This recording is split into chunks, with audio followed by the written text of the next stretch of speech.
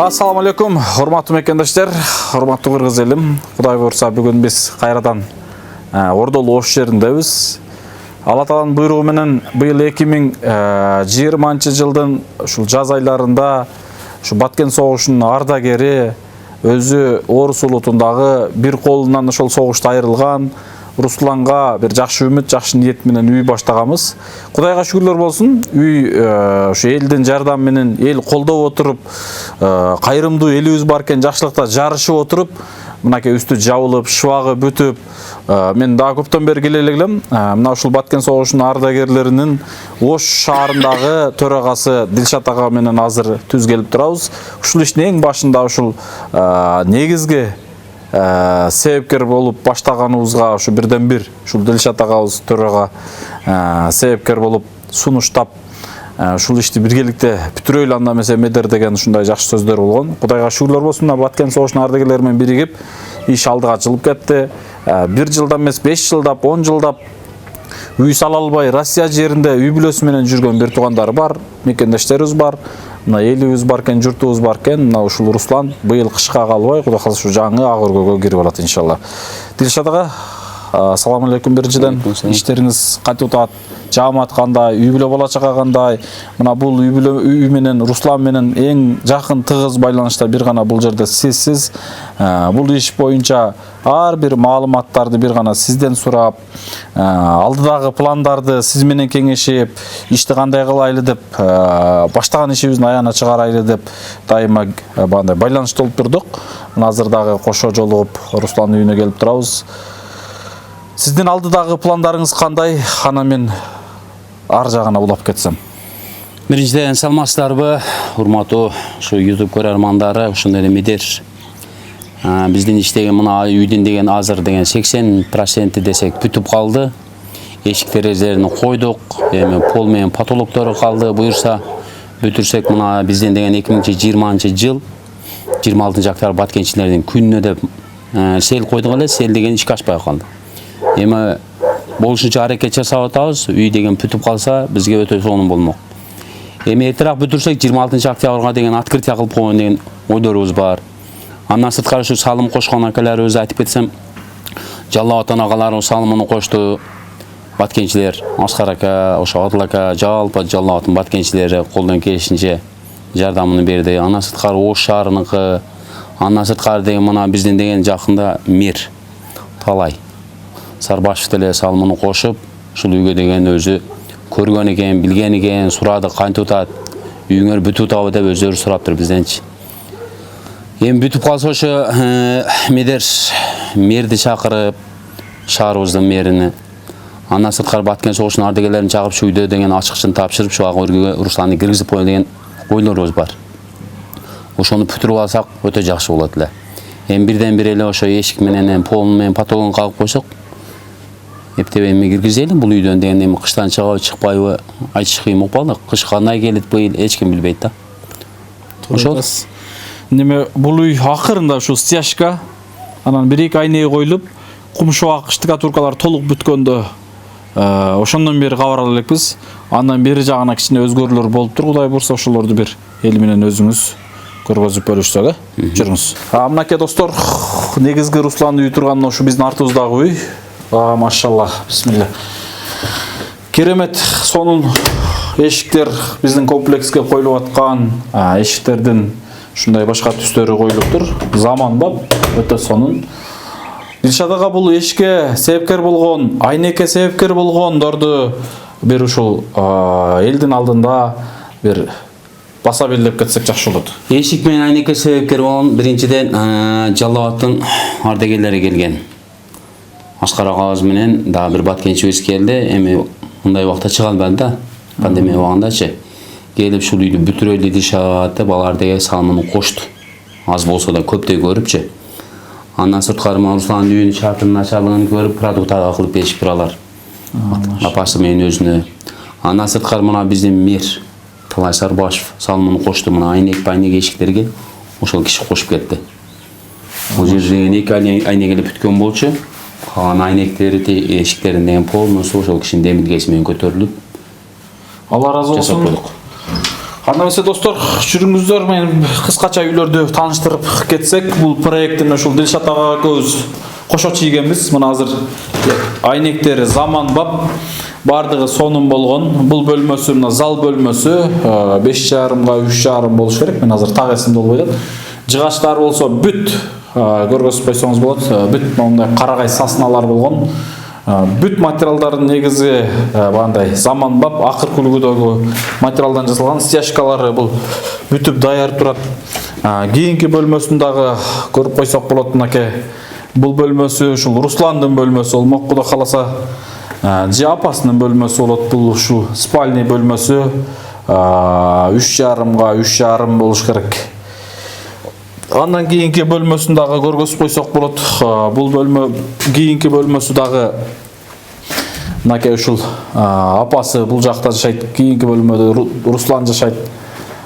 Нары жагы конок бөлмөсү, бардыгы айнектер ушундай пластик заманбап айнектер коюлган. Штукатурканы колдон келишинче жасалган. Мына ушул штукатуркасына, стяжкаларына, чатырын жабып, дуалын уруп берген ушул Баткен согушунун ардагерлеринин жалпы жамаатынан Алла разы болсун. Анан чакан бул жакта санузел бөлмөсү бар. Бул жакта дагы көрүп койсок болот. Санузелдин эшиги коюлу эле экен. Бул жакта ушул Руслан бандай кирип ушундай бети колун жууп дегендей бөлмө болот. Кудай буйруса Трубаларын аштырып койдук. бул жагы ачылып даяр болуп калыптыр. Сантехник иштери, машалла, мынакы. Даяр кылып, штолгон келип унитаз коюп. Достор, урматтуу мекендештер, электромонтаждары дагы мол, евромонтаж болгон, бардыгы включатель отдельно, розеткалар отдельно ушундай өчө турган эмелери болгон буйруса. Мына ушундай достор. Мына болчу ушу азыр кудай кааласа Дилшат ага башкы эшиги менен санузелдин эшиги калыптыр. Урматтуу достор, урматтуу мекендештер, мына ушундай чакан, компактный ушундай үй элибиздин колдосу менен кудай кааласа мынакей үстү жабылып туруп заманбап болуп атат. Сол жагыбыздагы турган мынакей Русландын жашап аткан эски үйүн көрүп атасыздар. Чындыгында мышык ыйлай тургандагыдай абалда ушундай оор тагдырда жашап келет. Аны жакшы бардыгыбыз билебиз. Урматтуу мекендештер, урматтуу кыргыз элим, биз Русландын үйүн сурап аткан элибиз менен бүгүн бир кыскача бөлүшүп коюн тура көрдүк. бул жумуш бүгүнкү күндө бир аз басаңдап токтоп турат. Эмне үчүн анткени биз муктаждар комплексинен такыр эч жака чыга албай калгандыгыбызга байланыштуу. Ал жерде ушул абделшик усталар, 4-5 бригада усталар иштеп атканына байланыштуу эч жака чыга албай калдык. Күндө алардын материалдарын ташымай, башка кылбай көрүп атасыздар, аны билип атасыздар. Ошондуктан бул жумуштун чорный жумушу толук бүткөн бул Русландын үйүнүн. Мындай айтканда калган бандай жеңил эле жумуштар калган. Ички отделкасы калган. Дилшат ага, мен Кудай кааласа дагы бир жакшы үмүт ниет менен келдим. Баягы телефондо да биз сүйлөштүк. Келиңиз, сиз дагы, мен дагы ушул Оштон уста издейли. Ушул Русландын үйүн биротоло аягына чыгарып коелу. Мен Кудай буйрса иншалла ушул элдин астында бир убадамды берейин. Полуна, потологуна, анан стенасын бүт водомитсондорун, ушул маселелердин баардыгын мен Кудай буйрса алып берейин. Устаны издеп, уста салып киришкен болсо бир эле жумада бүтөт. Мен көзүм жетип турат. Бир жума ашыгы менен бир жумага жетпей деле бүтүп коет. Мына ушул маселелерин бүтүрүп, кышка калбай киргизип алсак, иншалла. Анан эми баа сиз айткандай Баткен согушунун ардагерлеринин күнү 26 октябрга жетишпей калдык. Жетишсек болот эле, бирок баардыгы Кудайдын, Алланын буйругу экен. Кудай кааласа негизги максат ушу кышка чейин киргизип алсак, кышка чейин киргизип алсак, кышка чейин киргизип ноябрга чейин бүтүрүп, ноябрда киргизип койсок деле биз өзүбүздүн милдетибизди бүтүрөбүз да. Чоң иш. Жааматта Баткен согушунун ардагерлеринин арасында жааматта бүгүнкү күндө кандай пландар, кандай сөздөр болуп атат? Эми баягы көп адамдар сизге көздү карап туруп, ушул иш бүгүнкү күндө токтоп калса, мынакей эми токтой турган жериңер ушер экен го, токтопсуңар го деген табалап аткан душмандар дагы болушу мүмкүн, анча-мынча арабызда да. Бирок Кудай кааласа баягындай экөөбүз башта сөз алышып сүйлөшкөнбүз, бул иш сөзсүз аягына чыгат деп. Ошол боюнча айтып кетсеңиз. Ошол боюнча айтсам, эми Медер айткандай туура, көргөн бар, көрө алмаган бар дейт. Адамдын душманы адам дейт. Эми бул үйдү деген Медер экөөбүз селибиз бүтүрүшүбүз керек. Ушул Руслан деген жакшы ак өргөгө киргизишибиз керек. Биринчи селибиз. Экинчи селибиз мына өзүңөргө белгилүү болгон шаарда Бишкекте деген митинг болуп кетти. Ошого карата балдар деле бизди деген чогултту. Афган менен Баткен согушунун ардагерлерин чогуу бизди добровольный народный дружина кылып даярдап койду. Эл провокацияга алдырбасын, Ош шаарында жалпы кыргыз элине деген тынчтык болсун. Жөндөн-жөн кан төгүлбөсүн. Случай бизди даярдаган себеби стратегический объектилерге, ушул жерлерде туруп берели деген главный штабтын начальниги генерал-майор Умаралиевдин указы келген экен, приказы. Ошол приказдын негизинде биз погранотрядда чогулуш өткөргөнбүз. Афган менен Баткен. Бир 50 адам чогулдук. Ал жерде обсуждение болду. Афганчылардын төрагасы Кокан төрөнүн иштери ошол жерде айтып өттү. Андан сырткары бүт ветерандар, например, МВД, там погран, ушул жерден бүт чыккан пенсионерлерди чогулту да.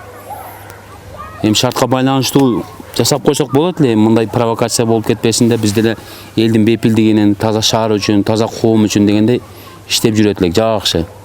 Эми азыр митинг болуп ар жерде эле басып атпайбы келишипчи. Эми буйса бүтүрөбүз.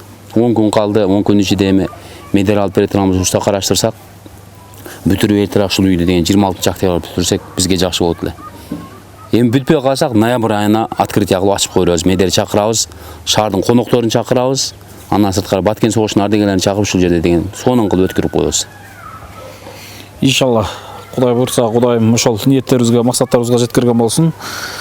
Мына ушундай урматтуу мекендештер, урматтуу кыргыз элим, Кудайга шүгүрлөр болсун. Иш токтобойт, жакшылык иштер алдыга кете берет. Бардыгы Алланын буйругу менен. Биз менен же Дилшат ага, же сиздер ойлогондой нерсе болбойт экен. Бирок ниет кылыш керек. Ниетиңе Кудайым акырындык менен жеткире берет экен. Аллах таалам биздин пешенебизге ушул Русландын үйлүү болушуна себепкер болосун деп жазып койгон экен. Кудай буйрса мына боло турган маселе болуп турат, иншалла. Албетте бул үйлөргө жардам берген, Русландын үйүнө, комплекс, муктаждар комплексине жана башка иштерге жардам берген жалпы элибизден Алла ыраазы болсун. Мен азыр эмнеге Русланды жаныма алып неме кылбай атам? Руслан Дилшат ага көз үйүнө келсек, үйүндө жок экен. Бирок үйүндө жок болсо дагы ушул иш боюнча бөлүшүп коюуну туура көрдүк. Кудайга шүгүр, Руслан апасы бүгүнкү күндө жакшы, негизгиси ушу кышка чейин киргизип алсак деген ниет максат. Мына ушундай достор, туугандар, баарыңыздардан Алла разы болсун. Тынч болуңуздар, аман болуңуздар. Жакшылыктарда көрүшкөнчө, Кудай кааласа, аз күндөрдүн ичинде, жакынкы күндөрдүн ичинде кышка чейин ушул үйдүн ачылыш мааракеси болот. Албетте, күнү такталып белгиленгенден кийин жалпыңыздарды чакырабыз. Келип, жок дегенде жакшы сөзүңүздөрдү айтып, Русландын үй бүлөсүнө дуа берип кетет деп биз ишенебиз сиздерге. Тынч болуңуздар, аман болуңуздар. Ушул күнгө чейин колдоп келгениңиздер үчүн Алла разы болсун. Чоң рахмат. Алдыда дагы мындан дагы көптөгөн иштер боло берсин. Көптөгөн үйү жоктор үйлүү боло берсин. Мына ошолорго Алла таалам бизди себепкер кылганды насип ете берсин иншалла. Салам алейкум.